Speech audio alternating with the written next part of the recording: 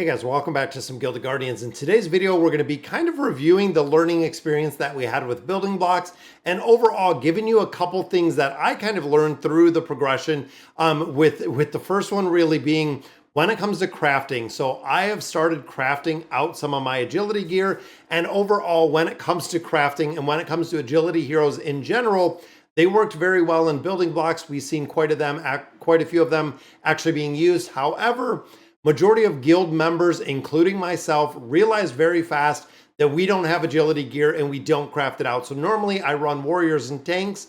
I do run support heroes. I run mages. Those are the four primary heroes that I have focused on, or the four primary classifications that I have focused on. So you can see right here, we have been building out some of our agility gear because it is something, again, that we have been missing out and really missing out. I know for a lot of players, I've heard this probably the most from guild members going through here, purchasing all of these out every day, but building out agility gear. But also with the agility gear is you do have to go in there and you have to level it up. So at least getting it, the legendary gear, getting it to level 3, going to make a really big difference. And of course, in the box, we can actually get this a multitude of times now. But looking at the forge, I'm going to be forging up some of this agility gear because even when it came to the hat, so when it came to the exquisite cap for the agility heroes, I didn't even have one. I did not even have one to put onto my hero. So I want to craft this up, and we're going to have to make a multitude of these. And there we go. We got really lucky. Look at that. So that is a tier 6 level 2 because the domain bonus is at 12. That's pretty good. I mean, a crit rating, we got some accuracy, physical resistance. We, of course, could kind of change some of this around, but I have been building up agility gear, and I'm making sure I have at least 2 solid sets of all of my gear for all of my heroes. So I have 2 really solid tank sets, 2 really solid, well, actually, I have 4 solid intelligence gear sets, and I have none when it comes to agility, even looking at the hero, because I've been looking at Desidra and putting my gear on here. And as you can see, this is what we've been slowly building up little by little. So even looking here, tier 6, this is actually a level 3.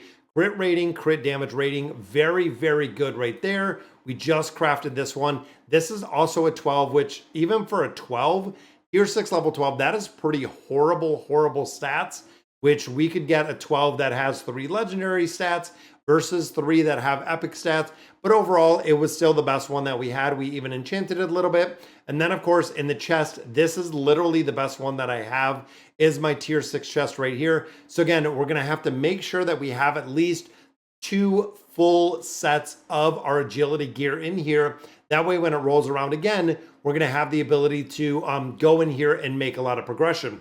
Now, the second part that we really notice is when it comes to your rare heroes. So looking at your rare heroes, this was probably one of the absolute top performing heroes. When it comes to support heroes, you really did have this one.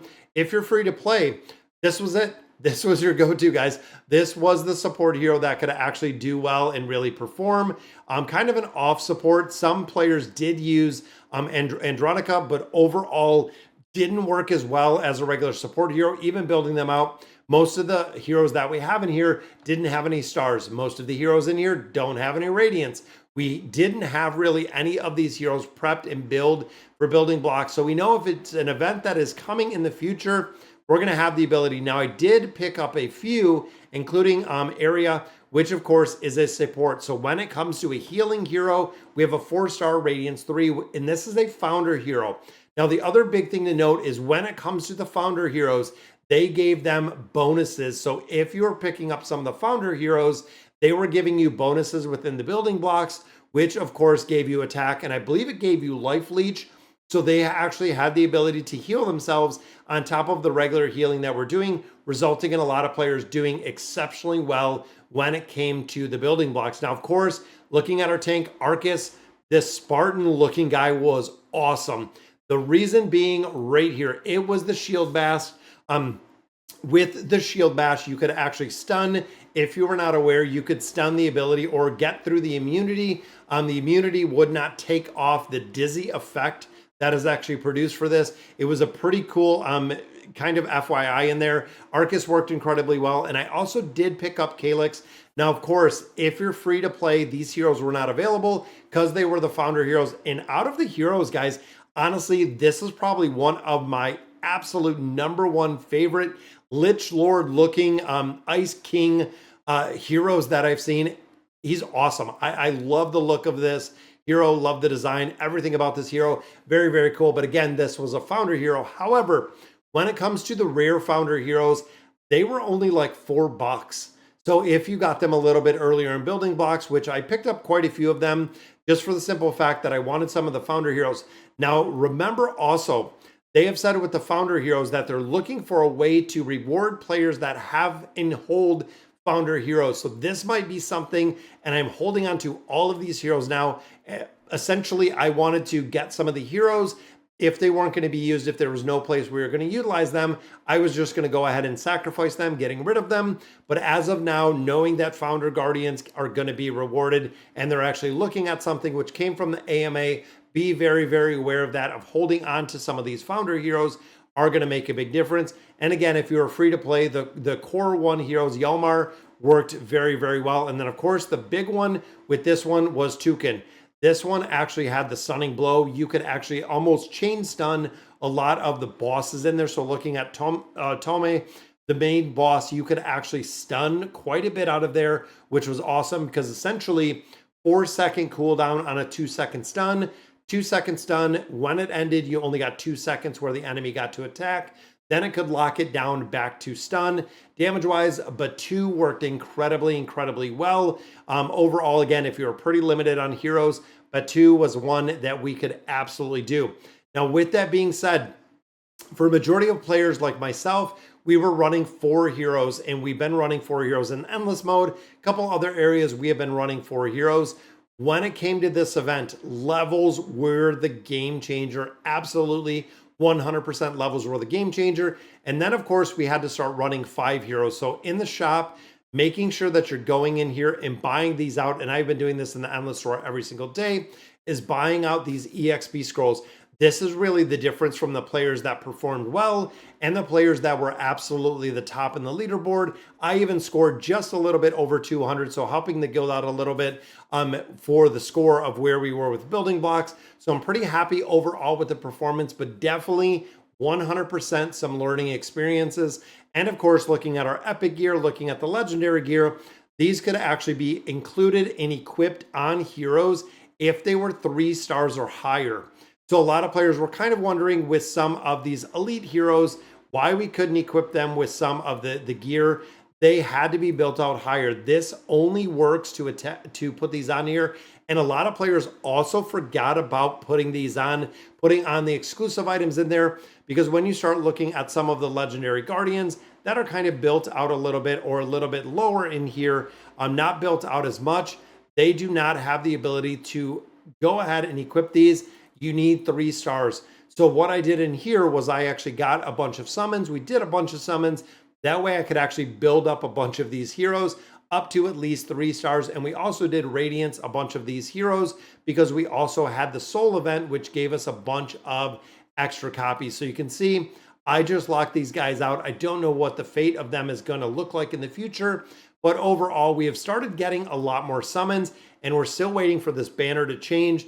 That way we can use some of our regular summons, and we're hoping the next one is actually going to be Tian Long, I believe is going to be the next one popping up in here. So guys, if you want a hero that absolutely does a maximum amount of damage, he is going to be the one that you do want to get. And then of course, this one still kind of basic. We're getting a lot of summons in here, a ton of guild coins in here, and a lot of players had questions about the 30 summons. So with the Call of Eldamir, when you do 30 summons in here, you are not guaranteed a legendary hero. I got a lot of questions on why I didn't see a legendary hero after doing 30 summons, but look at that, guys. Double legendary right there. I will absolutely take it. So a lot of these legendary heroes, I am just using my Radiance on, and once I get my Radiance on, I am sacrificing the heroes after I do pick them up. So they're literally just going in the meat grinder of being sacrificed. And of course, looking at Brund and a couple other heroes, I am just doing the exact same. We are sacrificing them for souls, which again, that pops up every now and then, but we are sacrificing them for souls overall. And of course, looking at the gear, if we're getting more gold, we're starting to build these out. Finally got a level, tier 6, level 3 for Leah. Leah, of course, is the one that I am primarily building out in the entirety. So as we continue to build her out much, much higher, you can see the gear is getting a little bit better. Everything overall is getting a little bit better, which can transition again to building blocks when you start looking at the gear. And we're gonna have to continue working on crafting in here and getting all of this agility gear really set. I want 2 solid sets of my agility gear, and I'm still waiting for a button that is going to go ahead and put all of these and combine everything in my bag so I can do this exponentially faster. But I love that the factory items now kind of roll over. You're not going to be using them. And then, of course, using the fuse. You want to make sure this methodology, you're going in here, even looking at the agility gear I have here, that you're going in and you're using all of this to actually fuse. And I don't know random pieces, what we're going to get. Boom, it's going to be a legendary something, which is a legendary tier 6 boot. But you can see it's a tier 6 level 1. So this again is a basic. So I'm going to take this one and we're going to combine it with a couple other ones and just continue, which, you know what, let's go ahead. And I do not recommend this at all, guys. I would not do this, but I'm going to go ahead and do 2 hats and a boot. See what we get out of this one. Look at that. A tier 6 level 3 weapon. Wow. That's actually not too bad. I know Solus is another one that we do have a few Solus heroes, so that's actually not too bad. Terra, we got armor penetration. I'm okay with that. I am okay with that. Definitely getting that piece. Now, of course, we get a lot of resources back because we had one of those leveled up. Then this one, of course, is just going to be one that we're going to sacrifice. But I'm going to continue building these up, and we want to get these tier 6 level 3 items. And that's what we're really focusing on. But I'm wondering if that might have given us enough to level this up. Now, of course, the big reason is 3, 6, 9, 12, and 15 give you a substat. So if you watch these 3 stats right here, boom, there we go. So magical penetration went up to 13.99, and we're a little bit short in here. How short are we to leveling this up? We're about halfway. So again, we're going to have to figure this out, getting this up to level 6. And the reason I'm getting this up to level 6 is we have an ability to get some more attack, kind of based on there. And then, of course, looking here, that is a level 2, so a tier 6 level 2. We're building them up little by little, guys. So, all right, so that is going to do it for today's video. Building blocks, definitely looking back and remembering everything we have in there. Don't know if the event is going to come back, but if it does, we are going to be way more prepared to really take it on. So again, guys, that's going to do it for today's video. Let me know in the comments what you guys think. And as always, thank you guys for watching.